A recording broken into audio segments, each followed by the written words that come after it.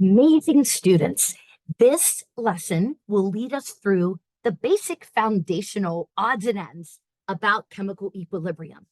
So to remind us, we are using the supplemental text, but also the water bin activity should have really driven home these concepts. So if you want to pause for a second and just make sure reading through these, it makes sense. All right. So why does equilibrium even happen? What are we talking about? Let me make sure that this is just nice and clear for you. Hopefully that's a little bit better. All right. Well, if we have a reaction that we start with all reactant and it's forming product, we understand that as we react, we get less and less reactant particles colliding, and we're making more and more product. Well, a lot of reactions happen because as we're making product, they can collide and react to make the original substances, especially in a situation where the activation energy in the reverse direction is much smaller than the forward. Then as we're making product, it's not that hard to react and make reactant if indeed that is a possibility. All right. This graph should make sense whenever the rates are equal. So we're saying the forward and then the reverse. Of course, you know, as we get more and more and more, it's when the rates are equal that you're at equilibrium.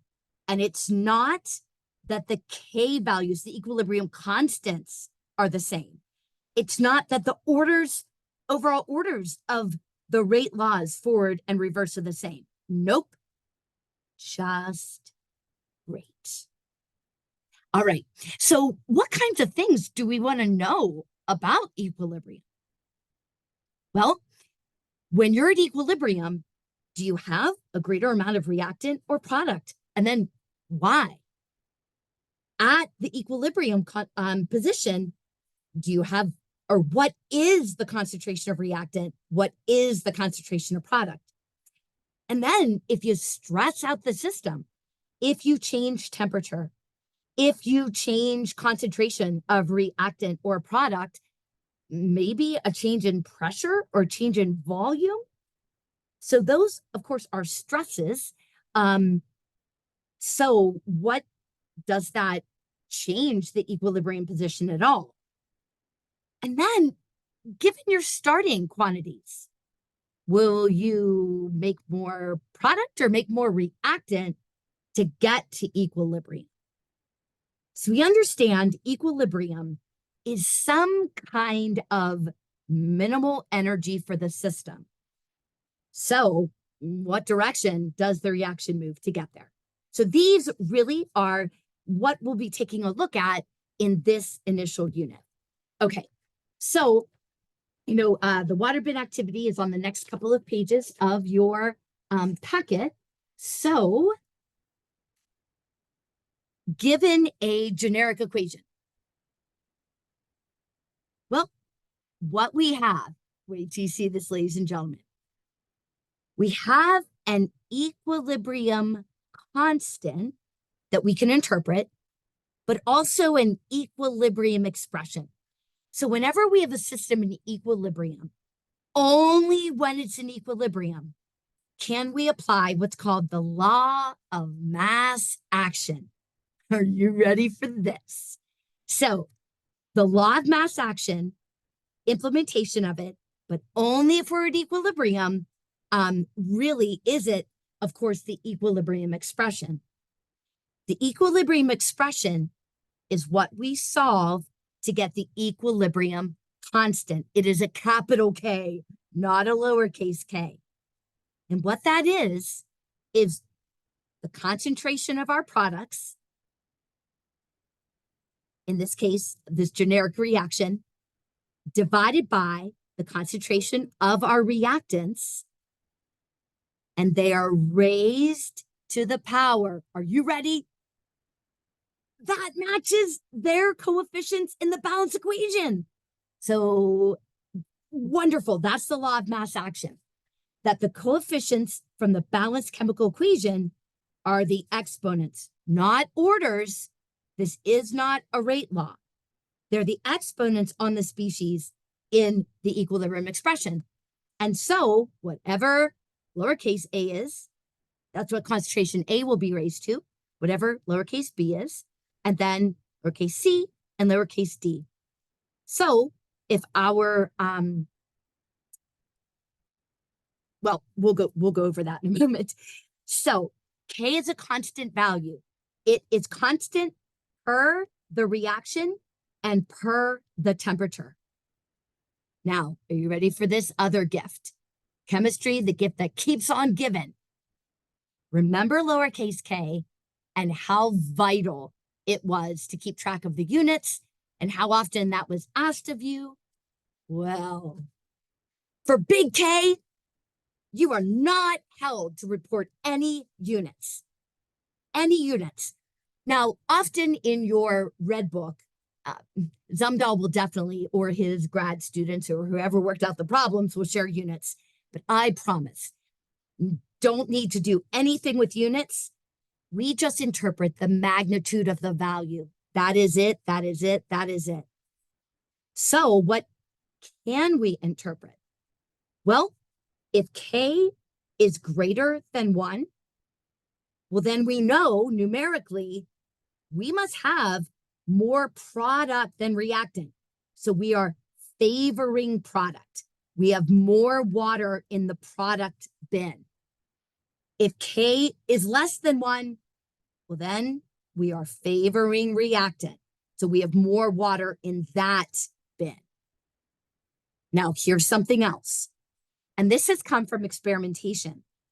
The only species that gets written in an equilibrium expression, the only concentrations that impact the equilibrium position, that is, how much water do we have in each bin? Well, that will be only species dissolved in solution, so aqueous ions or aqueous molecules, and species in the gaseous state. So if you have something in the solid state, well, of course, we don't express that as mole per liter, only soluble solutes in solution, and of course, gases. I know we've only PV equals nRT, but we can absolutely express moles per unit of volume. So sorry, moles per unit of volume. So we can express gases in terms of molarity. All right, so no solids, no liquids, only species that are aqueous in solution. So we are being asked now to write the equilibrium expression. Easy peasy. So this will just be K, our products, gas and gas. And of course, it doesn't matter the order, just as long as you have both of your products. Water here is in the gaseous state, so it's good to go, divided by NH3 gas, so it's fine to include, O2 gas, fine to include. That's it. That is it. Okay. Now, the value of K reveals the amount of water in each bin. So the equilibrium position, just what we went over here. Okay. Now, the equilibrium constant, K, does not equal the equilibrium position. It can educate us and inform us about the equilibrium position. Okay, there's only one K value per reaction and temperature, but there's an infinite number of different concentrations that can give you the same K value. So that's just what I tried to illustrate here with these simple concentrations. If K is a value of 5, we know that would mean product favored. Well, look at all the different combinations that yield the value of 5. So something to keep in mind, something to keep in mind. All right. So next, and I just want to grab an aid. So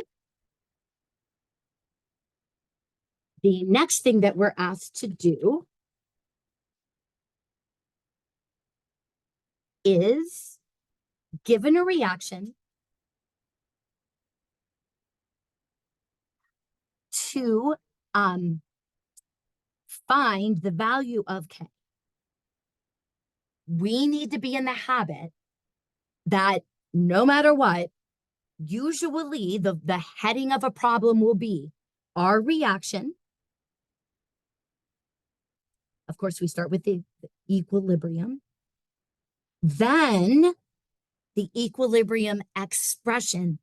And the grand majority of the time, we want to write that on the right. That is just the setup of equilibrium problems. So here, our K value will be NO exponent of 2, Cl2 exponent of 1, divided by NOCl exponent of 2. So of course, all gases, we're good to go with that. We're actually given the equilibrium concentrations. Wonderful. So you would just plug them in and we get this value. And I'll rewrite it because I know my pencil work doesn't necessarily show very clearly. It is 1.55 times 10 to the negative 5th. Less than 1, so we know we are reactant favored. Now, I did include the units here, not required. Promise, promise, promise. And we want to, of course, obey sig figs and the 3 here. And you can, of course, expand this out. You don't have to put in scientific notation. All right.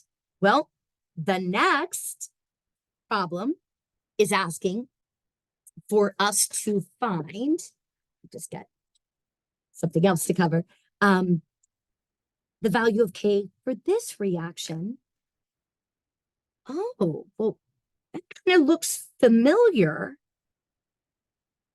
Oh, well, here, the chemist is calling these reactants. And so if they would start from the beginning, these would be our starting ingredients. And we're calling this product, whatever's on the right side of the reaction arrows. So forward and then reverse reaction. Well, that is just the opposite of this reaction. So the chemist here started with this and is calling this the forward and this the reverse. Well, if the K for this reaction was product over reactant, well, here, the K is what we were calling reactant there over product over the reactant, which we're calling product there. So for the reverse reaction, it will simply be the inverse of, can we say, of the forward. It's going to be the inverse because we've just flipped it. We just flipped it. So just to show us, there we go. So the reverse is just the inverse of K to the forward. Now here we are reactant favored. So if we flipped it, and the reactant will now be our product, well, we're product favored. So should make sense. Won't be, of course, same value, but it'll be favoring the same side. I'm getting 6.45 times 10 to the 4th. Okay, so if we take a look at what we're dealing with in this very next one, we have this reaction. We're given equilibrium concentrations. First, calculate the value of K for these. Great. Then we're flipping it. So we know already, right? The K in the reverse will be the inverse of the forward. So whenever we get an A, Yeah, that's going to be what we do. And in part A and that part B. And then if we look at, oh, so it has the original equation and we're multiplying through by 1/2 or dividing these all by 2. Well, something to think on, of course. So if you just want to follow along, or you could, of course, pause and calculate these on your own. So the first, you will get 3.8 times 10 to the 4th. Then flipping the reaction, we'll get the inverse, 2.6 times 10 to the -5th. So forward reaction, we are product favored. So for flipping it, we'll be reactant favored. All right. So if we see how the exponents have changed when the coefficients changed. So you actually, whatever factor you applied to the coefficients, multiplied through by 1/2 or divided them all by 2, well, you will apply that same change as an exponent. So the new K is the original to that factor. So applying that, you should get 2.0 times 10 to the 2nd. So originally product favored, still is product favored. Okay. So on the next page, just to give us like a summary of what we just learned. All right. Well, imagine that Haber-Bourne process that we were just taking a look at.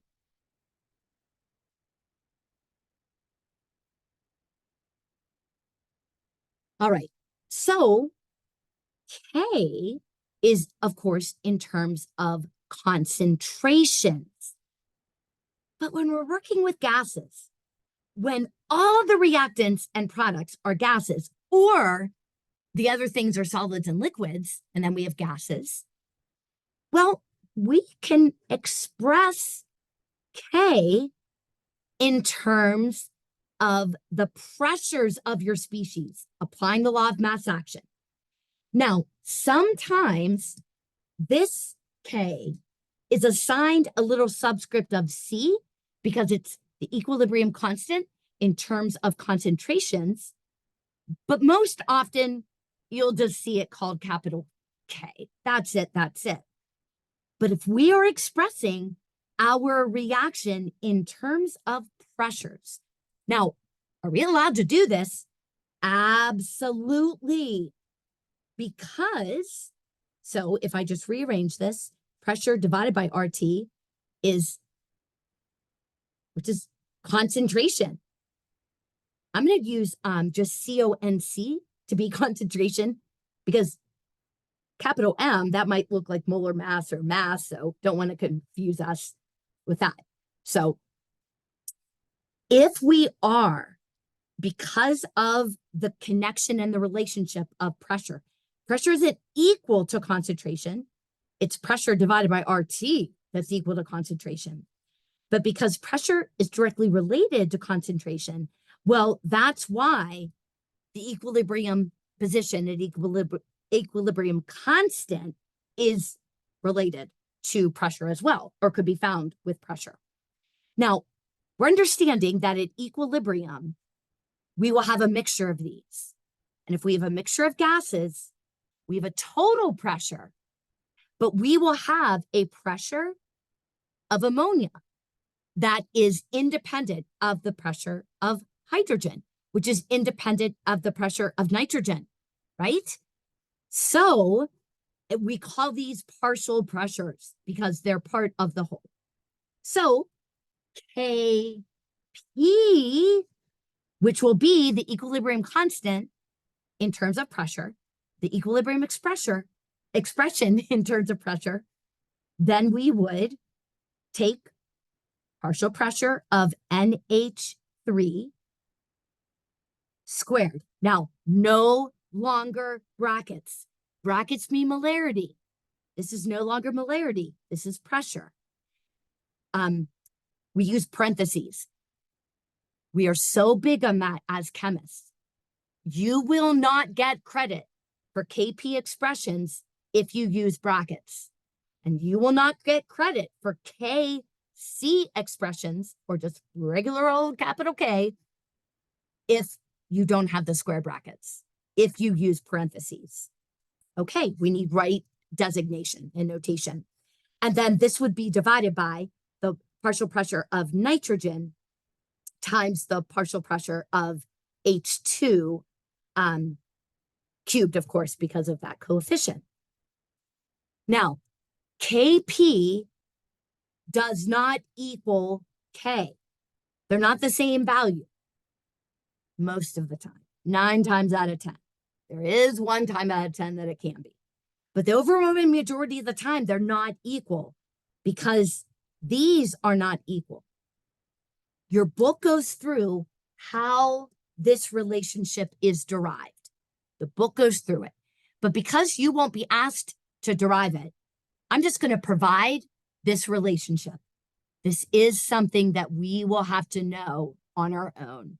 I won't provide it. The College Board doesn't provide it.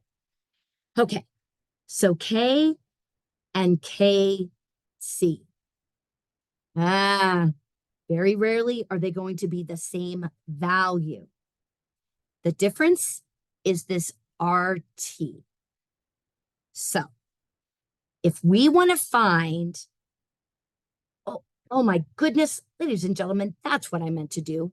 KP, forgive me, is not equal in value to KC the majority of the times because of that. All right. So we need to apply this RT factor. All right. If we know K and we want to get KP, we're going to apply that RT, change in moles, and I'll show you how to get that. If we want K or KC, if we know KP, multiply by RT, change it in N. Okay, it looks like the same equations. But it's all up to this. Okay, so I'm going to show you how I remember it. And this is a little sneaky way, and we just have to pretend for a moment. Can we pretend that P means product? It doesn't. It means pressure. Let's pretend like this means product. You have KP before KC. P first. So the delta N here will be the moles of gaseous product minus the moles of gaseous reactant. Where here, product is second. So the N, change in N, will be the moles of reactant gas minus the moles of product gas. Okay, what do we mean? Well, in this reaction, we have a total of 2 moles of gaseous product and 4 total moles if we're honoring the straightforward equation. So if I need Kp and I have K, well, per this reaction, it will be 2 minus 4, which will be taken to the negative second exponential. Here, if I know Kp, but I need K, it will be 4 minus 2. And so it'll be raised, this one, to the positive 2. So, easy way to remember, and we will learn how to apply as we go. Okay? All right, one more thing. So, we have addressed so much. So, reminded us of like the basic fundamental things, the foundational stuff, learned about the law of mass action and the equilibrium expression and equilibrium constant. Homogeneous equilibria. I'm glad I pulled this as an example. Homogeneous equilibria, all your reactants and products are in the same phase. So this reaction here is equilibrium that is homogeneous. However, if one of these would be a solid or one of these it would be aqueous, well, then it's heterogeneous. And remember, solids and liquids do not get written in the equilibrium expression because they do not impact equilibrium position. Looked at the relationship, if you manipulate your equation, how you can get the new values, and then how we can express a equilibrium position in terms of the pressures, as long as the only things that are influencing the equilibrium position are gases. Okay, so just one more thing. So the next video starts us down the road of solving equilibrium problems. Okay. The way that we solve equilibrium problems. Now, the previous couple of questions, I guess we could call those problems, but you'll see the difference. So, we apply what we call ice tables. Ice. So, to set up the problem, this is our basic format. You will first write the chemical reaction in equilibria. So, A yields CC plus DD or something else. You will write your K expression generically, C to the C, D. All right. Then it's as if we're making kind of a chart. So you can write the lines if you want, but we can keep track if we're just being orderly. So I stands for initial, C is change, E is equilibrium. Now, sometimes teachers will call this a rice table, where the R stands for the reaction. I learned just ice table, so I just fall back on that, but an ice table and a rice table, one and the same. We just don't write the R, but all power to you if you'd rather. All right.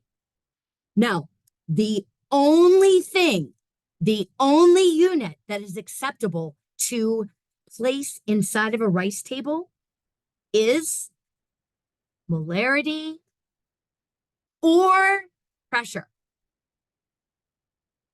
That is it. There's no mass. There's no volume. Trying to think of other things we might measure. No. Either these values have the unit of capital M or ATM or torr or kilopascal, millimeters of mercury. Okay. So these are the initial concentrations. What are we starting with? You'll see through the example how we come up with that change row. And a lot of times, this is actually what we're looking for. What are going to be the concentrations of each thing at equilibrium? So if we just want to set up this problem so it's ready to go in the next video, we first would place our reaction, then our K expression, Nice that each thing is to the first power. And then I, C, E. Okay, get ready for the next step with equilibrium.